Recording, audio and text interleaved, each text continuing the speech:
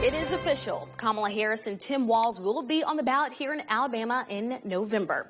Last night, the vice president formally accepted the Democratic Party's nomination for presidential candidate. And this morning, Alabama Democrats submitted the paperwork to ensure she and her running mate will appear on the ballot. Both Harris' campaign and the National Party helped get the paperwork filed and approved with state officials.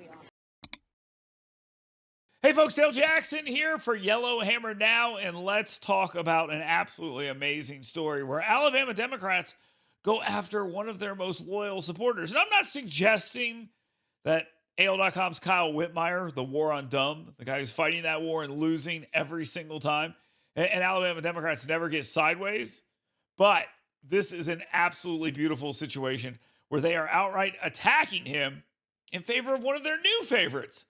A former reporter, wink, wink, who used to cover politics for the Montgomery Advertiser, Brian Lyman, the guy with the best name in Alabama journalism because it fits him perfectly as a known liar. Now, this whole thing that Alabama Democrats are mad about is that Kyle Whitmire dared say that, yes, there was no filing done yet by Kamala Harris's campaign to get on the ballot in Alabama. Now, the party says, look, we were planning on doing this all along. This is how it works. And now I think everything is fine.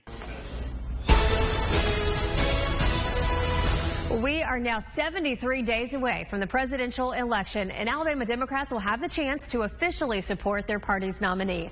The Secretary of State's office confirming the paperwork to get Vice President Kamala Harris's name on the ballot was filed on Friday. It is still rather amusing to see that there was all this consternation about it because of one tweet by a guy who has absolutely no stroke in the state, who is constantly doing everything he can to push whatever the narrative of the day is from the national media and the Democratic Party or from the Alabama Democratic Party. And they were so upset with him.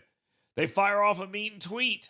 They say that he doesn't do his research and all these things. And all that guy has done has constantly humped the Democratic line, and now he can't even do that right. So it's kind of funny. AL.com is still a big player in the state. Kyle Whitmire is not, although he is under that banner, so it looks pretty good for him.